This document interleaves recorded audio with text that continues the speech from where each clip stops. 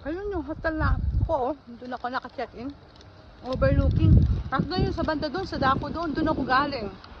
Yung sa baba, parang desierto. Tapos umakit kami dito sa bundok. Tapos yun yung hotel ko. Ayan. Grand Patrocini, parang Paradiso. Yan ang pangalan ng hotel. Pero kita nyo naman kung saan ako nang galing. Doon, sa dulong-dulong, malayong-malayo. Doon!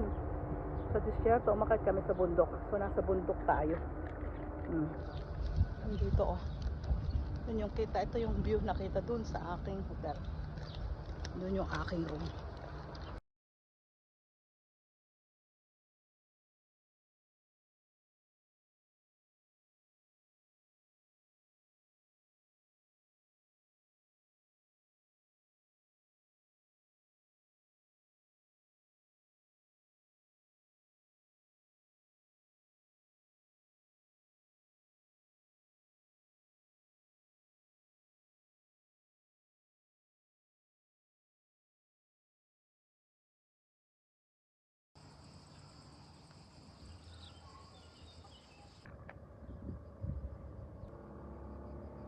Siguro ang daming tao dito. Ang dami nilang lamesa, oh.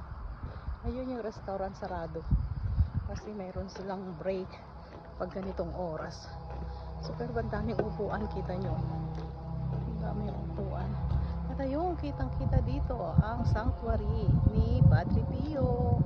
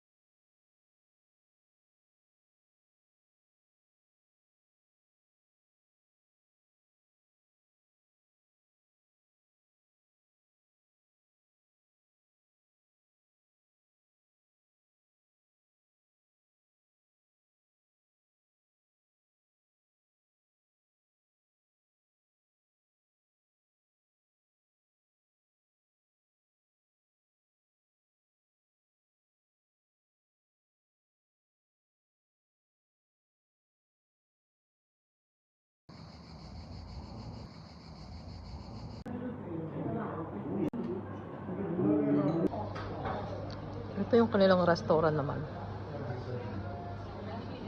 Okay naman. Tingnan natin kung masarap ang kung may patinapay pa. O, diba? Tingnan natin kung masarap ang pagkain. Try natin kung masarap to. Mukhang ang sarap-sarap niya. Yummy! Hindi ako nagkamali ng kuha ng aking pasta. Seafood pasta. Of course, nasa Italy. Kaya kailangan kumain ng pasta. Sayang yung pizza. Hindi ako nakapag-lunch. But anyway, still here in Italy. Makakain ko rin yan. Pero itong pasta ko, ang sarap-sarap. Ang yummy. Dito yan sa hotel. Sa hotel ng Grand Pecadizo Hotel. Kaya pala maraming kumakain. Masarap ang pagkain nila.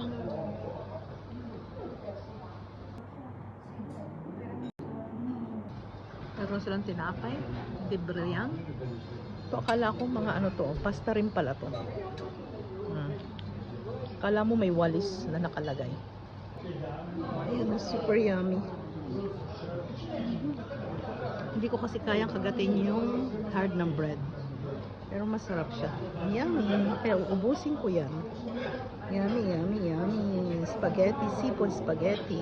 At syempre, dahil narito ko sa Italy, ang original na cappuccino, ay hindi pwedeng hindi tikman ni Macarena.